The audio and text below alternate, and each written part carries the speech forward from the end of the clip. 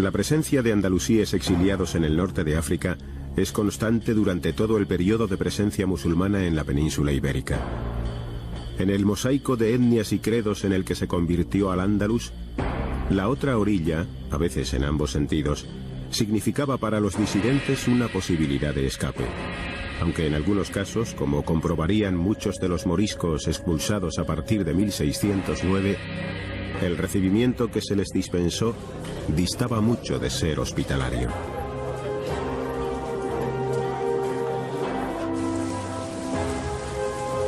El primer gran contingente de refugiados que había desembarcado en las cercanas costas africanas lo hace ya a comienzos del siglo IX y estaba formado por 8.000 cordobeses muladíes, es decir, convertidos al Islam de ascendencia hispana, que se habían levantado en el que fue conocido como Motín del Arrabal contra el emir Alacán I.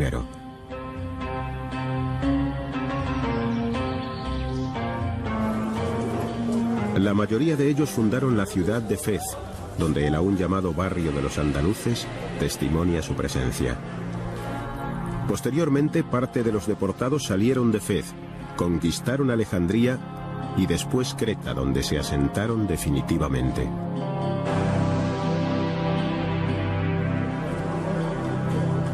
Otro numeroso grupo de exiliados llegó a Túnez en el siglo XIII tras la conquista de Sevilla por Fernando III el Santo. Poco después lo hace otro procedente de Játiva.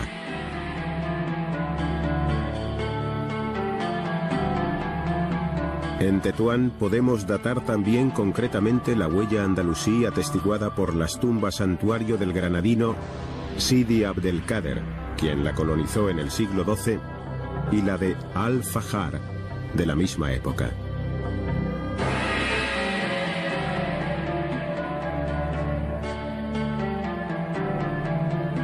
Tres siglos después, otro granadino, Sidi Ali al-Mandarí, refundó la ciudad en las postrimerías del siglo XV, antes de la caída del Reino de Granada.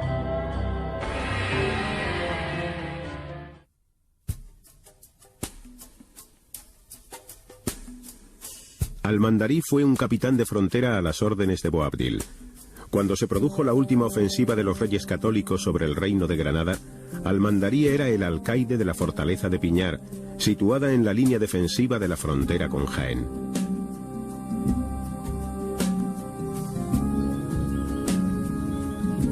Tras rendir su fortaleza a los cristianos, Al-Mandarí, sin esperar el desenlace final, con un puñado de los suyos se dirigió a África, reconstruyendo la ciudad de Tetuán, que había sido arrasada por los portugueses, llegando a ser alcaide de la misma.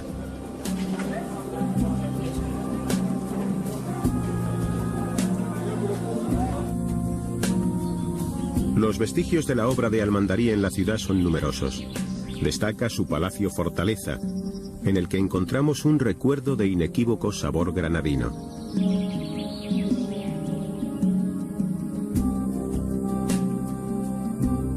El palacio está coronado por una torre vigía, presta a detectar la presencia de flotas enemigas en el horizonte marino. Las torres y fortificaciones próximas son de la misma época.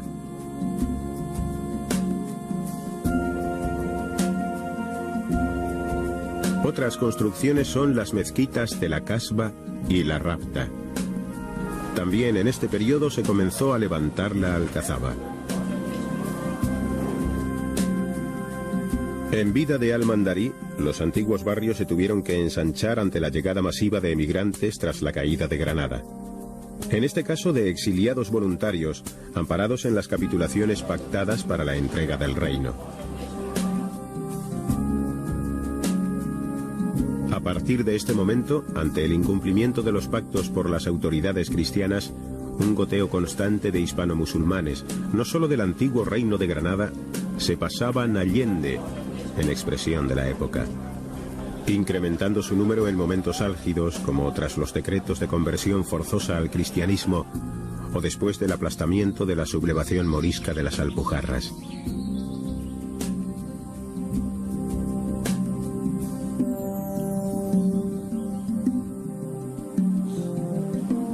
En en la época de los moriscos, oficialmente cristianos, la huida a los países islámicos estaba severamente castigada, pues se suponía que el propósito de los fugitivos era islamizar, o cuando menos corrían el peligro de dejarse influir por esta, para la mayoría de ellos, nunca olvidada doctrina.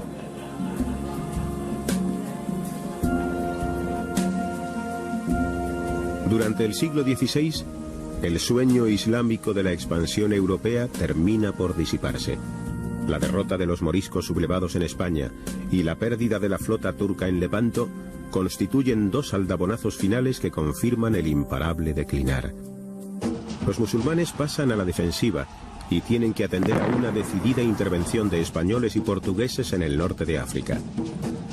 En esta época, invocando la unidad religiosa contra el agresivo infiel, la dinastía saadí se consolida y Marruecos toma cuerpo como estado independiente.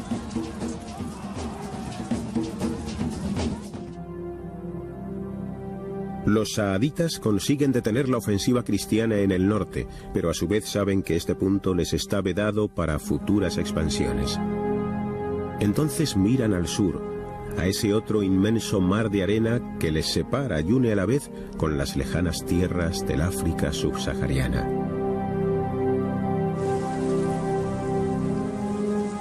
Aunque en la cuenca del Níger la difusión del Islam había comenzado ya en el siglo XI con los almorávides, la existencia política del Sudán se inicia en el siglo XIV con la creación del imperio malí o mandinga, creándose una dinastía islámica cuyos reyes se denominaban asquis.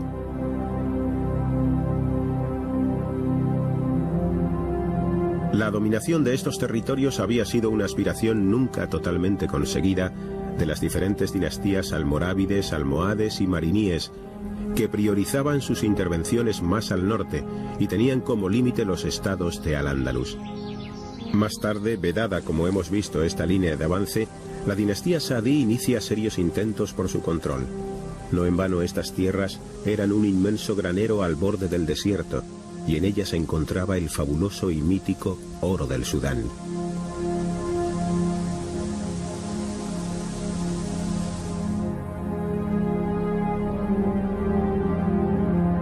A lo largo del siglo XVI se suceden las expediciones marroquíes hacia el sur, y los documentos de la época hablan de que buscaban la posesión de otro mineral no menos preciado en el desierto y sus orillas, la sal que se producía en las minas de Tegaza.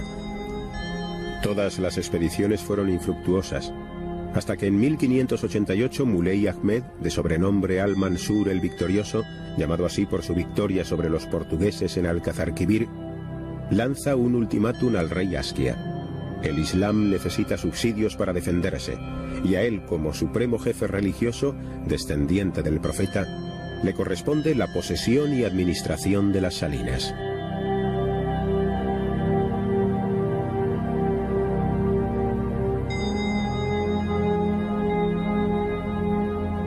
Al-Mansur buscaba legitimidad y asesoramiento en los ulemas, doctores de la ley, ya que se trataba de un asunto delicado, la invasión de un país islámico por otro. Ante la respuesta negativa a sus requerimientos, se propuso la conquista del imperio malí, planificando una operación a gran escala.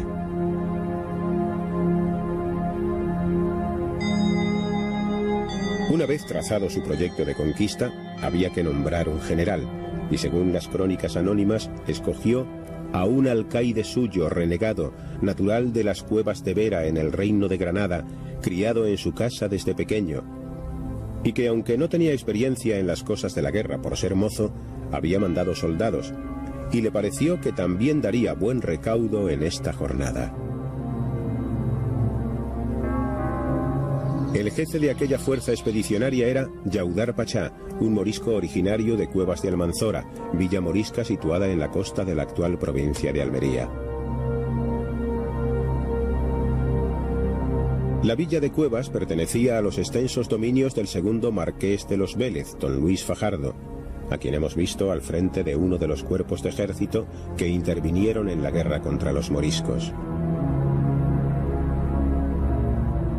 Cuando el proclamado rey morisco Aben Humeya buscaba desesperadamente una salida al mar por la que recibir los imprescindibles socorros solicitados a Berbería, bajó desde las Alpujarras conquistando todo el valle de la Almanzora y atacando sin éxito Vera, llegó hasta la villa de Cuevas tratando de sublevarla a su favor. Al no conseguirlo, arrasó huertas y cegó balsas y acequias que pertenecían al marqués, su más tenaz antagonista en la guerra. De esta manera vengaba también la destrucción de su casa solariega en Válor, ordenada por el marqués. Por la fecha en que se realizó la expedición, Yaudar Pachá o su familia debían pertenecer a los moriscos que, tras la derrota en la guerra, se adelantaron a los decretos de expulsión general, optando por el exilio anticipado. Los expedicionarios contaban con armas de fuego, las primeras que aparecerían tan al sur del continente africano donde se proponían llegar. Y contaban sobre todo con una tropa aguerrida de moriscos españoles, cuyo comportamiento en la batalla de Alcazarquivir, o batalla de los Tres Reyes contra los portugueses, había sido muy destacado.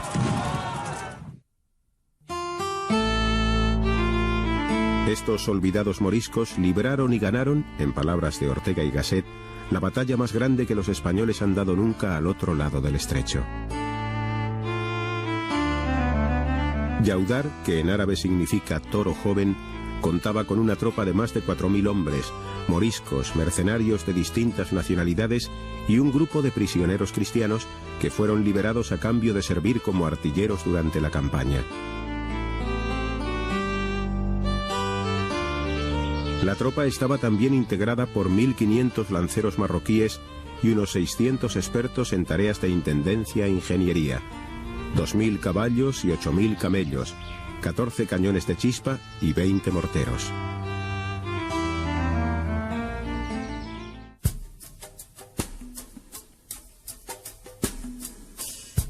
Atravesaron el Atlas nevado y se lanzaron a la conquista del desierto. Todo un mundo desconocido, hostil y misterioso se abría a sus pies.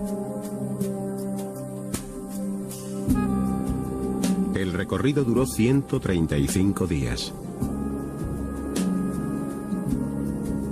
Atravesaron el desierto por Tinduf hasta Taodemi, sufriendo una rigurosa tormenta de arena que no detuvo el avance de aquel decidido ejército.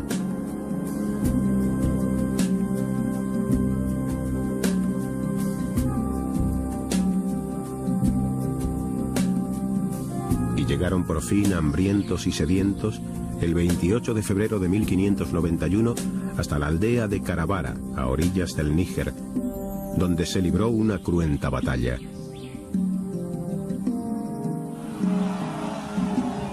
Poco pudieron hacer los naturales del país, los Songhai, frente a los pavorosos estampidos y a la mortífera contundencia de las armas de fuego. En sus refriegas con los moriscos más de una vez oirían de estos el grito que en castellano alertaba y apercibía para el combate: ¡alarma! ¡Alarma! De esta palabra recibieron el nombre que aún hoy día les relaciona con su origen y que mantienen como seña de identidad. Son los armas, los descendientes de los moriscos españoles.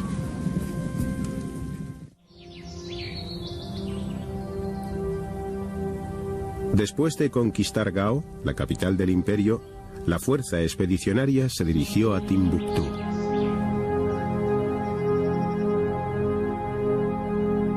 Timbuctú fue una de las ciudades más prósperas del África Negra.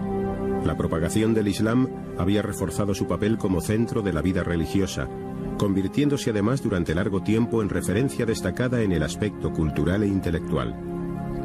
A ella llegaban gran número de doctores y sabios que atraían estudiantes desde los más remotos lugares. Entre los siglos XIV y XVI se edificaron 12 mezquitas, 3 de ellas de grandes proporciones: Sankoré, Yengereid y Sidi Yahya. Llegó a contar con más de 200 escuelas coránicas o madrasas. En su universidad se enseñaba derecho, filología, astronomía, filosofía y teología.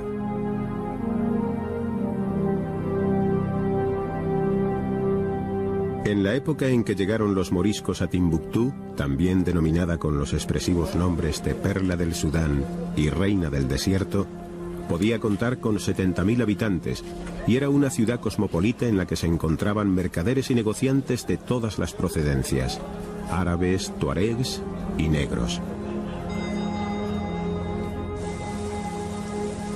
Situada a 15 kilómetros del Níger, es la puerta natural de las rutas del Sáhara, por donde se accede por campos de sorgo, trigo y maíz.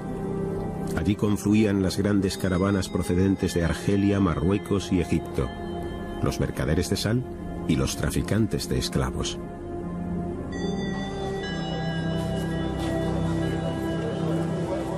Todo lo que se producía en el continente africano se compraba, vendía y cambiaba en esta ciudad. Frutos exóticos, tejidos de lana y algodón, maderas, marfil, plumas de avestruz, pieles curtidas y teñidas de vivos colores, resinas, caucho, oro, cereales. La ciudad había sido fundada por los tuaregs como almacén de mercancías y tomó su nombre de una mítica mujer guardiana en quien los hombres azules habían depositado su confianza, la vieja Buktu, que les ofrecía el agua de su pozo. Timbuktu, pozo de Buktu.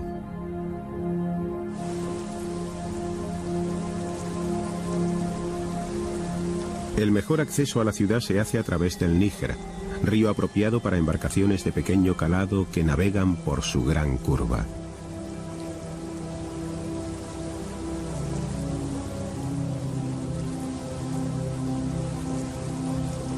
El comercio fluvial se establece en el bullicioso puerto, babel de lenguas indígenas, cruce de viejas culturas que, para entenderse, ha adoptado el francés como idioma de intercambio. Hasta estos ignotos parajes, desconocidos para los europeos de su época, llegaron los moriscos españoles. Rechazados en su patria de origen, encontraron aquí otra nueva, guardando sus descendientes la memoria remota de la llegada de sus antepasados. Esta es la gran mezquita, que en el lenguaje de los Songhai se llama Yengereib. Fue construida en 1325 por encargo de Mansa Musa, emperador de Malí, obra de un arquitecto granadino, un andalusí ilustre llamado Abu Isaac es-Saeli al-Amsari al-Granati.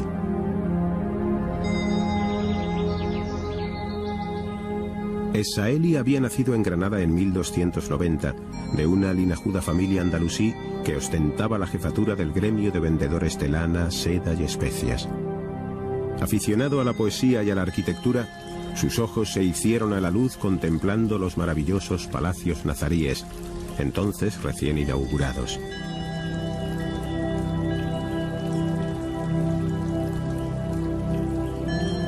En uno de sus viajes hacia Oriente, su fama había ya trascendido, y un ilustre viajero que regresaba de la Meca con todo su séquito, quiso llevarle consigo tentándole con singulares recompensas.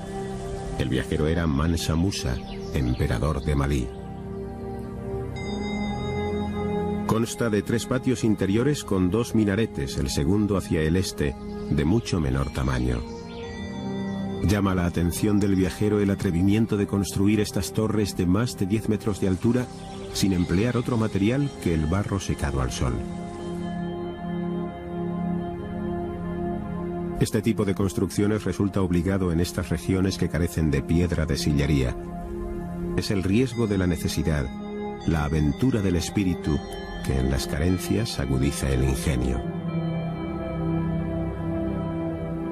En el interior de este movimiento se produce un efecto de baile entre sus columnas entrecruzadas, como en un bosque tupido y fantástico. Con independencia del alcance de la influencia de la obra del granadino Es-Saeli en la llamada arquitectura piramidal sudanesa, lo cierto es que este estilo se encuentra en casi toda el África occidental, reproduciendo formas arquitectónicas muy extendidas en el África negra. Esta composición, formada por tierra, hierbas y arcilla, se encuentra en las regiones en las que no llueve excesivamente, ya que el agua las podría poner en peligro de desmoronamiento. En estas latitudes, los muros de barro, con su grosor, proporcionan un agradable frescor en el interior. En En las calles de la ciudad encontramos al menos 5 etnias que la pueblan desde tiempos inmemoriales. Los fulans son quizá los más antiguos y se distinguen en ocasiones por cierto fanatismo religioso, acompañado de una acusada xenofobia. Los bambaras son de origen etíope y destacan por su corpulencia. Los mandingos fueron los que más sufrieron el acoso de los tratantes de esclavos árabes. Proceden del África Atlántica, en la actual Senegal. Los tuaregs son árabes de facciones finas y mirada altiva. Son los dueños del desierto y su poder es temido y acatado. Por último, los armas, los descendientes de los moriscos. Son conscientes de su origen hispano y conservan tradiciones muy arraigadas y un aire de antigua nobleza, quizá reflejo de sus antepasados, que formaron un núcleo aristocrático en el país. En sus facciones apunta acaso un lejano reflejo de sus ancestros. No en balde han pasado 4 siglos de mestizaje. Cuando aquellos intrépidos conquistadores atravesaron el desierto, las mujeres moriscas habían quedado muy atrás, en la lejana corte marroquí o en la aún más lejana España, estas últimas esperando quizás sin advertirlo la inminente expulsión, por lo que a su llegada tomaron mujeres del país, las bellas sahelianas, mandingas y peules, dando lugar a un nuevo pueblo, los armas de Timbuctú.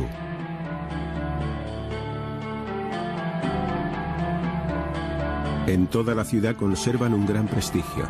Se les considera de noble estirpe. No forman el núcleo más poderoso, pero siempre son tenidos en cuenta y con frecuencia uno de ellos es elegido gobernador de la ciudad. Para muchos de estos descendientes de los moriscos españoles, el recuerdo del jefe que los condujo hasta tan lejanas tierras, Yaudar Pachá, ha ido transmitiéndose de generación en generación como todo pasado que los pueblos toman como referencia obsesiva, mitificado. Los testimonios de los viajeros y las crónicas difieren en cuanto a los resultados de la expedición. Unos afirman que vieron entrar decenas de mulas cargadas de oro puro en Marrakech, y otras que Yaudar Pachá no encontró la riqueza esperada. Tampoco los tratados de paz que hizo con el rey Aski complacieron al sultán, y este hecho, unido a la participación de Yaudar en las disputas dinásticas, hizo que cayera en desgracia ante el sucesor de Al-Mansur, acabando finalmente ejecutado.